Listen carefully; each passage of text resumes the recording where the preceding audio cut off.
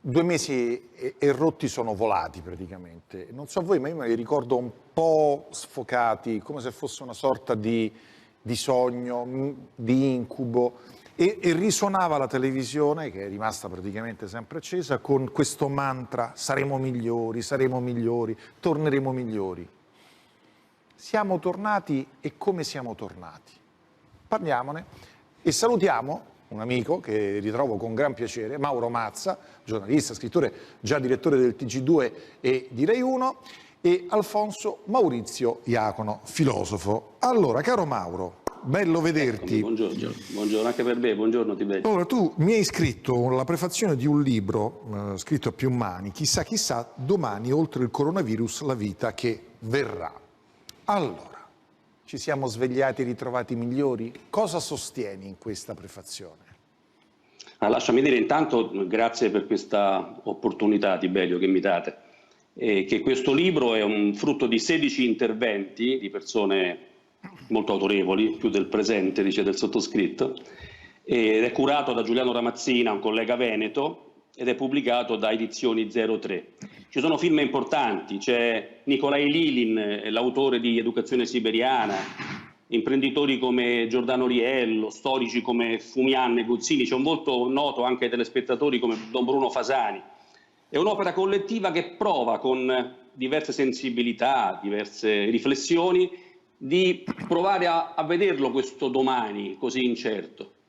Ci arriviamo molto diversi, molto cambiati, Tiberio, rispetto a prima.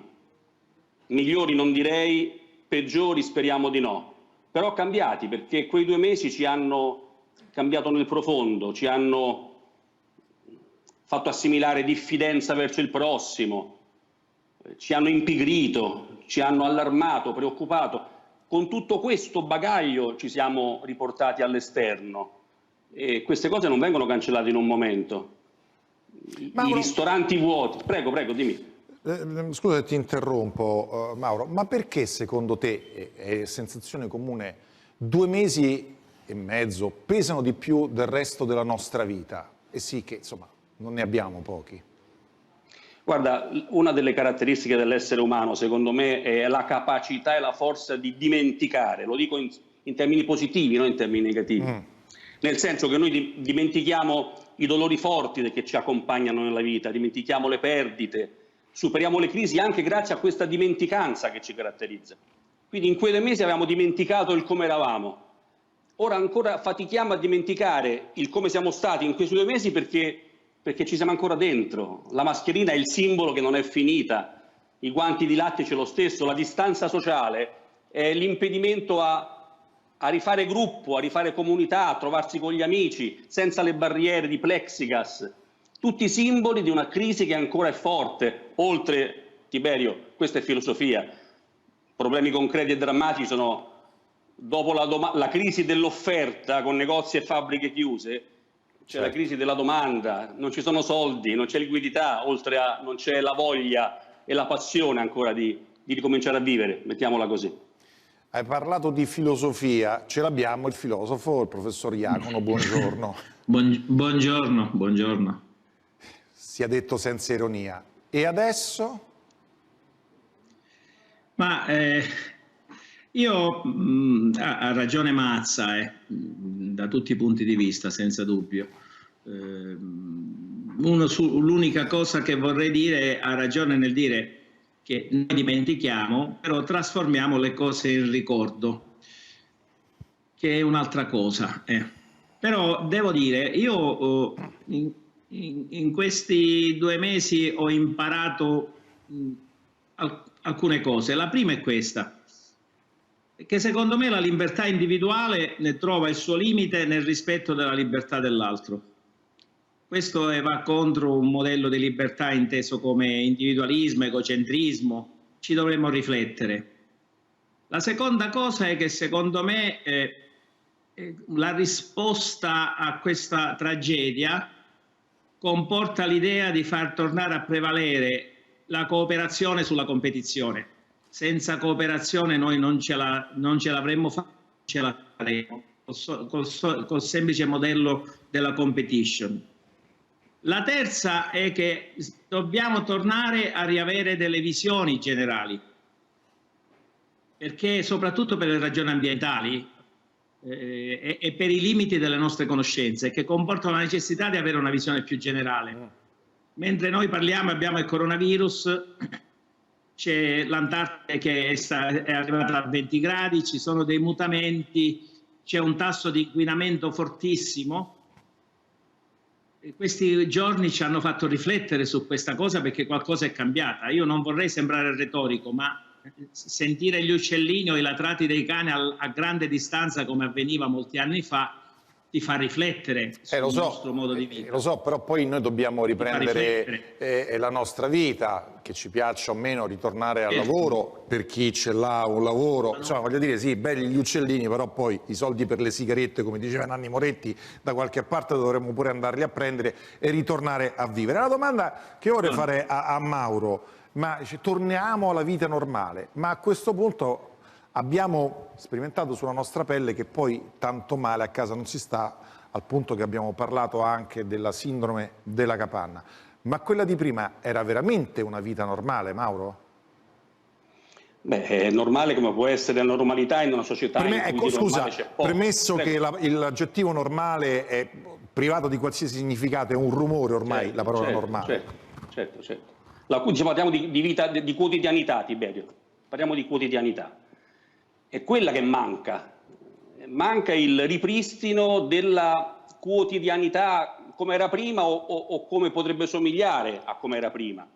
Vedi, nel mio alfabeto coronavirus di questo libro, chissà domani, che abbiamo presentato e pubblicato in questi giorni, l'ultima parola che ho scelto è singolare, è l'ultima del nostro vocabolario, è la zuzzerellone, che sembra una parola simpatica, però ha un'accezione molto particolare, che è l'occhio bambino, Tiberio.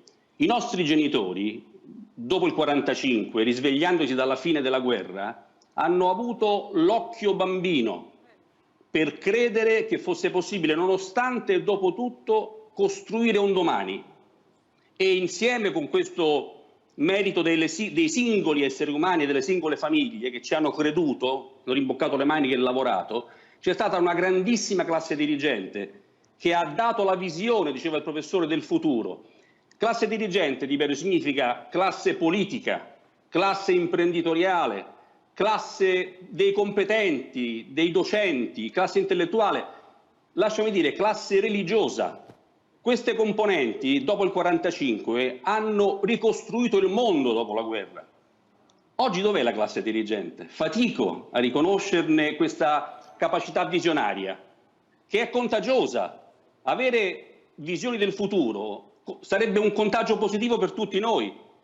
Oggi invece ancora abbiamo il contagio della diffidenza, un amico da salutare a distanza, non poter avvicinare e abbracciare. Questo è triste e preoccupa quasi quanto la drammatica crisi economica. È una realtà con la quale dobbiamo fare i conti, quella del distanziamento sociale, e non ci piace, anche perché noi siamo italiani fondamentalmente abbracciosi e abbraccioni. Professore, visione del futuro. Vengono in mente immagini da film di fantascienza distopici, in verità.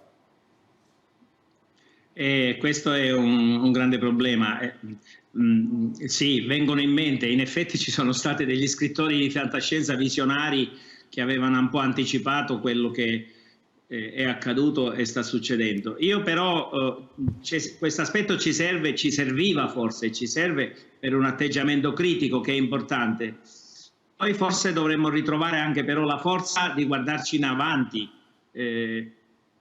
pensando per esempio esattamente a quello che diceva Mazza, cioè dopo la guerra non solo c'era stata una grande ripresa, come dice lui, con l'occhio bambino, ma tra l'altro avveniva in un contesto di grande scontro e conflitto ideologico, e nonostante questo è stata fatta una Costituzione, c'erano dei partiti che per qualunque cosa si possa dire riuscivano a guardare lontano, e quindi c'erano dei progetti. Quindi oggi abbiamo perso la capacità di guardare lontano, professore? Dobbiamo ritrovarla, senza dubbio, senza dubbio. Sì. Allora grazie Tiberio, entriamo in questo dibattito molto interessante tra il professor Iacono e Mauro Mazza e Tiberio, e benvenuta a un'altra filosofa teorica delle lezioni di felicità, Ilaria Gaspari. Ilaria, buongiorno, grazie di essere con noi. Allora, torneremo finalmente ad essere felici a tutto tondo o quantomeno a cercare la felicità? Buongiorno e grazie a voi, sono felice tra l'altro di ritrovare il professor Iacono, che è stato il mio professore a Pisa, sì, certo torneremo secondo me a cercare di essere felici, direi senza dubbio, nel senso che non è un capriccio la ricerca della felicità, fa parte della vocazione dell'uomo e questo ce lo insegnano gli antichi. E dagli antichi possiamo imparare però un'altra cosa molto importante rispetto alla felicità, cioè a pensarla in un modo meno consumistico, meno esibizionista di quello a cui ci siamo abituati a pensarla nel lungo periodo, e a vederla più come un processo di trasformazione che parte da noi stessi, che trasforma noi stessi e che passa per la conoscenza di noi stessi. Il motto delfico sul tempio di Apollo, conosci te stesso, è un'indicazione che sembra in contrasto con l'idea di felicità che abbiamo come qualcosa da mostrare, qualcosa da conseguire, anche a volte a discapito degli altri. Invece credo che potremmo cercare di ripensarla anche alla luce di questo periodo che ci ha insegnato l'importanza della cooperazione come qualcosa che riguarda un processo di trasformazione di noi che passa per il conoscerci. Perfetto, Ilaria, senta, lei ha detto che dobbiamo imparare a distinguere le cose che possiamo cambiare da quelle che invece non possiamo cambiare, accettare le ultime e impegnarci per le altre. Secondo lei che cosa vorremmo cambiare oggi prima di ogni cosa, dopo questo periodo complesso, difficile, di isolamento? Allora, questo diciamo, io l'ho detto, ma citavo Epitteto. è uno stoicismo questo motto, questo principio. Diciamo, sicuramente noi facciamo fatica ad accettare per esempio il senso di vulnerabilità che ci è venuto da questo periodo. Però ecco, questo lo possiamo effettivamente cambiare. Possiamo cambiare il dato del fatto di essere fragili, di essere vulnerabili in quanto uomini e anche di aver scoperto come comunità di essere tutti esposti a una minaccia invisibile che ci coglie tutti impreparati. Quello che possiamo cambiare appunto è il nostro modo di reagire, anche un senso di solidarietà che ci porti a reagire a questo tipo di minaccia, a reagire a questa verità inaccettabile sulla nostra condizione umana insieme. Decifrare i sentimenti di ansia e angoscia, imparare a guardarli in faccia, a smontarli con il ragionamento. Fatto riferimento al tetrafarmaco di cui parlava Epicuro. Ci spiega meglio che cosa pensa? Sì, allora, praticamente Epicuro, che è un filosofo di un tempo di crisi, cioè perché il tempo dell'ellenismo, in cui cambiano le coordinate, in cui si perdono i punti di riferimento, è un tempo che assomiglia per molti versi forse al nostro tempo, molto più nostro contemporaneo di quanto possiamo pensare. E lui si inventa un ragionamento in 4 parti, un ragionamento logico, che con l'uso della logica smonta le paure degli uomini. Questo secondo me risponde a una vocazione importante della filosofia, cioè quello di liberare gli uomini dalla schiavitù che impone la paura. E appunto Epicuro lo fa con un ragionamento che li libera dalla paura degli dèi, dalla paura della morte, dalla paura di non essere felici, di non raggiungere il piacere, dalla paura del dolore. Immagino adesso tutti quanti a casa andranno a prendere i libri di Epicuro, come dire, reminiscenze del liceo. Dobbiamo chiudere però, vorrei chiedere sinteticamente a professor Iacono e a Mauro Mazza. Ieri Roberto D'Agostino ha festeggiato i 20 anni di Dagospia e noi ci uniamo agli auguri, e ha detto, riguardo al fatto che la gente torni e qualcuno condanni questa movida, ha detto è solamente voglia di tornare ad abbracciarsi. Per Mauro Mazza e il professor Iacono di cosa si tratta invece? Mauro. Si tratta per i ragazzi, per i nostri ragazzi, di uscire di casa, di trovare gli amici dopo 2 mesi di durissima quarantena, forse più per loro che per noi, Tiberio. È evidente che la repressione di per sé è fastidiosa, è anche insopportabile per loro. Forse un'opera di convincimento potrebbe essere più efficace, cioè parlare loro col cuore in mano e dire festeggiate ma sobriamente, sai con che chiave, Tiberio? Nel rispetto di chi non c'è più, di chi ha perso la vita per questa pandemia maledetta. E allora responsabilizzare i ragazzi, fare sentire partecipi, diceva la professoressa, della collettività, della nostra comunità, e li fa diventare prima adulti e prima responsabili. Potrebbe essere questa una chiave. Bello. Professor Iacono, provi a superare Mauro Mazza, se ci riesce. Brevemente. No, difficile, la grande chiarezza, per la grande chiarezza e padronanza. Io dico, volevo rifarmi brevemente a quello che diceva anche Ilaria, oltre a Mazza, cioè è chiaro che c'è questo bisogno di ritornare, ci vuole ragionevolezza, molta ragionevolezza e soprattutto senso del limite, è importante. E dico una sola cosa, io penso che la fragilità non è l'opposto, non è il sinonimo della debolezza, ma è una forza, ed è la forza che ci viene proprio da quello che diceva Ilaria, cioè conosci te stesso e soprattutto rispetto a conoscere te stesso significa sapere di non sapere, cioè avere il senso del limite, avere il senso del limite. Senso del limite. Questo è fondamentale. Mi scusi se imbocco la risposta e la confeziono. Senso del limite e anche rispettare chi non c'è più, e mi unisco al dolore delle persone e a quello che ha detto Mauro Mazza. Grazie dunque al professor Alfonso Iacono, Maurizio Mazza e Ilaria Gaspari. Grazie.